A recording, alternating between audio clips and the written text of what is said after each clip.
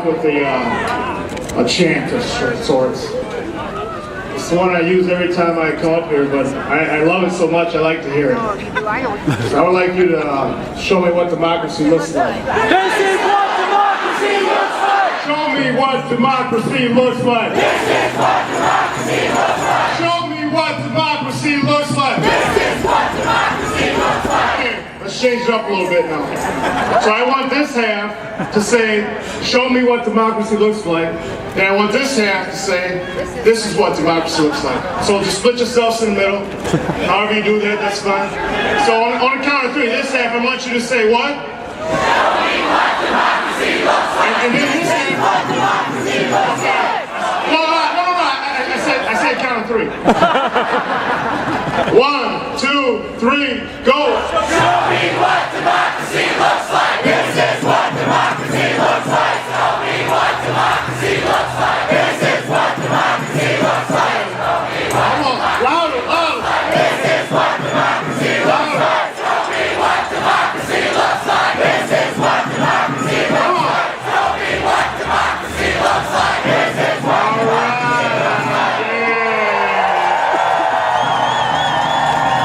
There we go.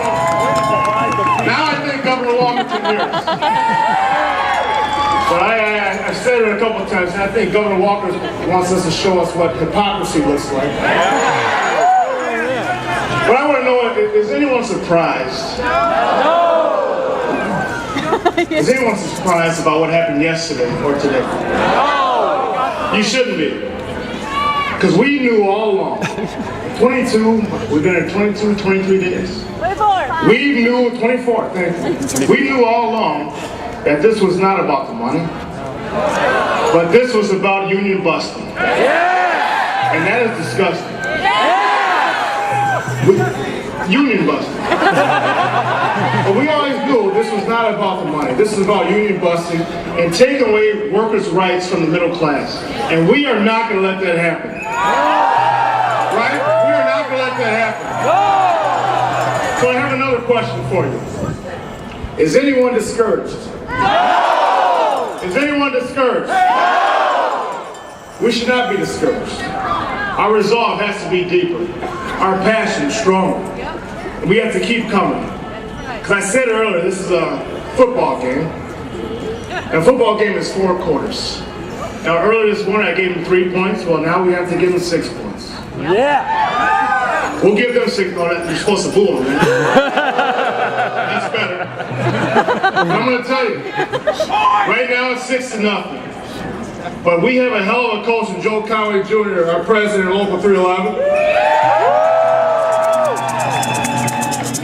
We have one hell of a quarterback in Phil Noonfeld, AFL-CIO president. I'm going to volunteer to be a running back. And our defensive line, oh, it's unbelievable. Look at all the firefighters we got behind us here.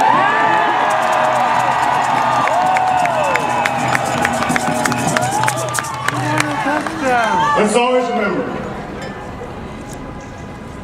as the good book says, the race is not given to the swift, neither to the strong, but he that endures to the end. Amen!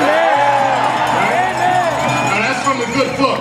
But I'm going to tell you, now I'm going to go to church, but my church, they mess with the wrong people today. Yeah! They mess with teachers. Yeah! They mess with police officers. Yeah! They mess with nurses. Yeah! They mess with firefighters. Yeah! They mess with everybody that is a middle-class working citizen in the state of Wisconsin. So that's why we're here. And that's why we have to stand strong, and that's why we have to keep up the fight.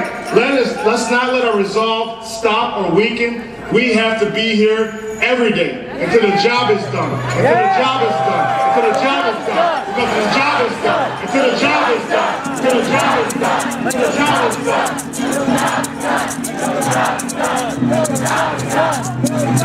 I'm going to be real quick here. I have a short story. It's from a man that I respect very much, Congressman John Lewis. He told a story at an International Association of Firefighters conference. I'd like to share it with you.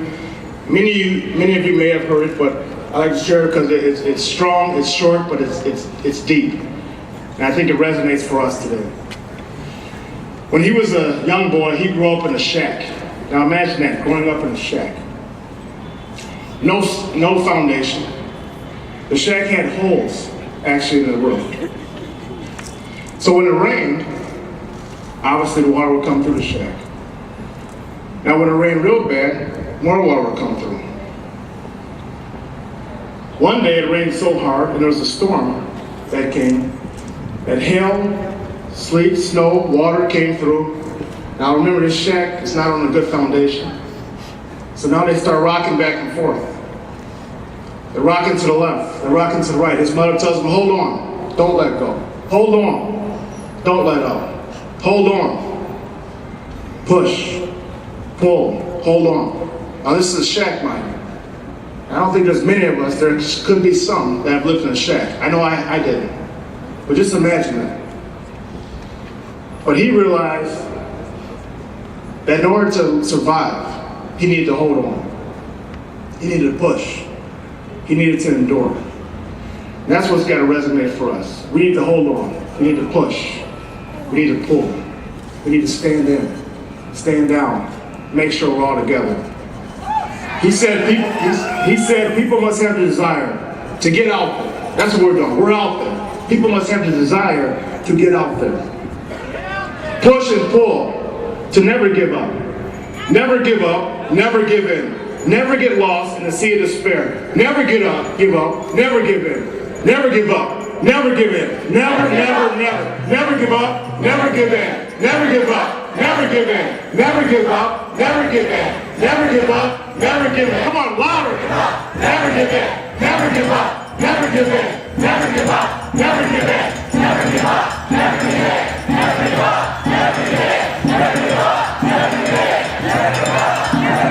That's from a famous congressman who's been a congressman now since 1987. So if he can do it, I know we can do it. So let's keep it up.